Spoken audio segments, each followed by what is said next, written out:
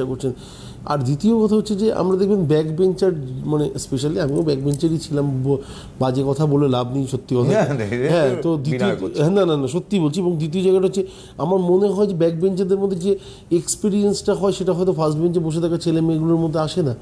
তারা সবসময় পেয়ে থাকা বা খুব সহজ সরল, বা তাদের টার্গেট হচ্ছে শুধুমাত্র পড়াশোনা নিয়ে, বাহ্যিক দুনিয়াটা কতটা কঠিন বা কতটা শক্ত তাদের মিলটা অনেক কম, কারণ তাদের বাবা মারা সেই জায়গাটা দেখতেই দেন না, তার আগে পর্দা দিয়ে দেন। তো বাস্তব হচ্ছে যে ছেলেগুলো পেছন বেঞ্চে বসে থাকে এবং দুনিয়াটাকে দেখা শিখে যায় না, দেখবেন মাধ্যমিকের পর থেকেই তার মধ্যে কোথাও না কোথাও এমন একটা জায়গা থাকে যে বাবার কষ্ট, মার প্রবলেম, খুব কষ্ট করে মানুষ হচ্ছি, এই জিনিসগুলো তাদের মধ্যে অটোমেটিক্যালি আসতে থাকে।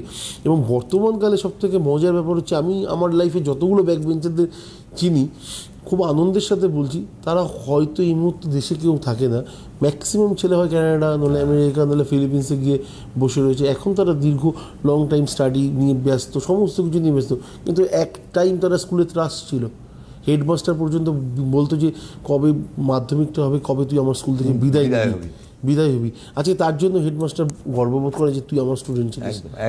তো ডিফারেন্স হচ্ছে ব্যাক বেঞ্চার মানে খারাপ হয়ে গেছে আপনার ছেলে পড়াশোনা করছে না, না না, প্রত্যেকের দেখার লক্ষণটা আলাদা। দ্বিতীয় জায়গাটা হচ্ছে, এই জায়গা থেকে যখন প্রতিভার জায়গায় আসি, প্রতিভা প্রচুর মানুষের মধ্যে আছে।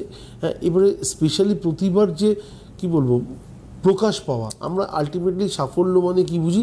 সাফল্য মানে বুঝি একটা ঠিক টাইমে চাকরি হয়ে যাওয়া, সঠিক টাইমের মধ্যে একটা বাড়ি গাড়ি, একটা ব্যাংক ব্যালেন্স, অর্থ, আর তার সাথে বিবাহিত জীবন।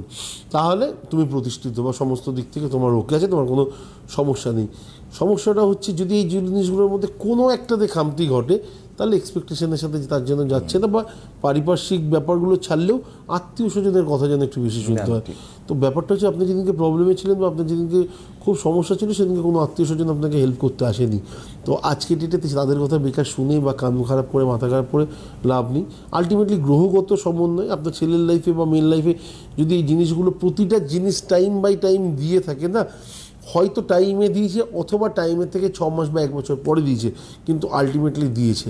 ওই টাইমের মধ্যে যে এক্সপিরিয়েন্সটা, সেটা হয়তো আপনার কম আছে, কিন্তু আপনার ছেলের অনেক বেশি আছে, মানে রিটার্নটা যে জিনিসগুলো থাকে। তো আমার মনে হয় সেই জায়গাগুলোকে গুরুত্ব দিন। আর প্রত্যেককে বলি একটাই কথা, যে আজ হচ্ছে না মানে কাল হবে না, এর কোনো মানে নেই।